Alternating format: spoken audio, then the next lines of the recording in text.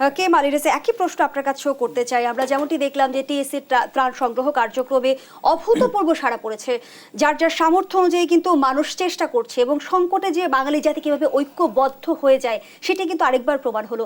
সেই জায়গা থেকে দুর্যোগ ব্যবস্থাপনার ক্ষেত্রে যদি আপনাদের মানে মন্ত্রণালয়ে এমন কোনো মনিটরিং সেল কি আছে যে আপনাদের সাথে সমন্বয় করা সম্ভব?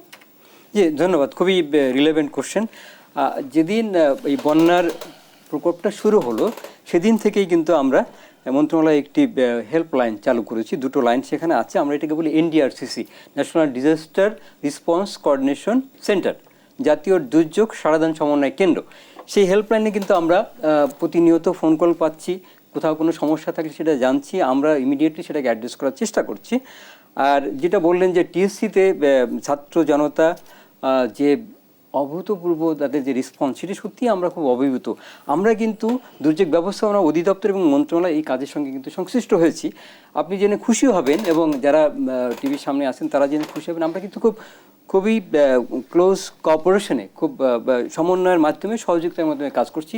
গতকালও আমরা 9 ট্রাক ত্রাণ সামগ্রী টিএসসি থেকে বিভিন্ন জায়গায় কিন্তু আমরা পৌঁছে দিয়েছি। অর্থাৎ যেখানে তারা সমস্যা পাচ্ছে সেখানেই কিন্তু আমরা ইন্টারভেন করছি, সেখানে কিন্তু আমরা সহযোগিতার হাত বাড়াচ্ছি।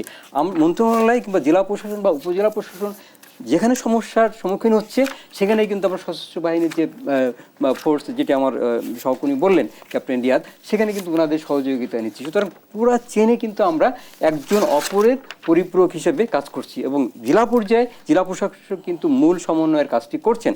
তো সুতরাং আমরা কিন্তু খুব মানে ক্লোজ কোঅপারেশনে, যেটা আমি শুরুতে বলেছিলাম, সেভাবে কাজ করে যাচ্ছি। মন্ত্রণালয় সার্বক্ষণিক আমাদের 24 ঘন্টা কিন্তু হেল্পলাইন চালু রয়েছে, এবং আমরা যখনই কোনো সাহায্যের আবেদন পাচ্ছি বা কোনো ফোন কল পাচ্ছি সেটা নোট করে নিচ্ছি, সেটাকে আমরা আবার সাথে সাথে কিন্তু আবার সশস্ত্র বাহিনী বিভাগের যে কোঅর্ডিনেশন আছে সেখানে দিচ্ছি, নর্মালি যেটা জেলা প্রশাসন যেতে পারছে না। তো সেই কাজগুলি কিন্তু আমরা সারাক্ষণ করছি, এবং ছাত্র জনতার যে উদ্যোগ, এতে কিন্তু আমাদের সাহস অনেক বেড়ে গেছে যে আমরা আসলে অনেক বড় বড় চ্যালেঞ্জ কিন্তু মোকাবেলা করতে পারবো। সেই সাহসের জায়গাটা কিন্তু আমাদের আগেও ছিল, এখন কিন্তু আরও অনেক বেশি। কারণ আপনারা জানেন যে টিএসসিতে কিন্তু ত্রাণ সামগ্রী রাখার জায়গা নেই, পরে বাধ্য হয়ে ঢাকা ইউনিভার্সিটির যে জিমনেশিয়াম সেখানে জিনিসপত্র রাখা হচ্ছে, এবং এই জিনিসগুলো যেন দ্রুত পৌঁছানো যায় সেই চেষ্টাগুলি কিন্তু আমরা করছি। আর সরকারের যে আপনার যে বলেন ত্রাণ সামগ্রী বা অনুদান, টাকা পয়সা, সেগুলি কিন্তু আমরা যথারীতি জেলা প্রশাসনের কাছে হস্তান্তর করেছি, এবং যদি আরও কোনো টাকা পয়সা লাগে জেলা প্রশাসন থেকে যদি আমাদের কোনো চাহিদা দেয়, সেটি দেওয়ার জন্য কিন্তু মন্ত্রণালয় সার্বক্ষণিক প্রস্তুত আছে।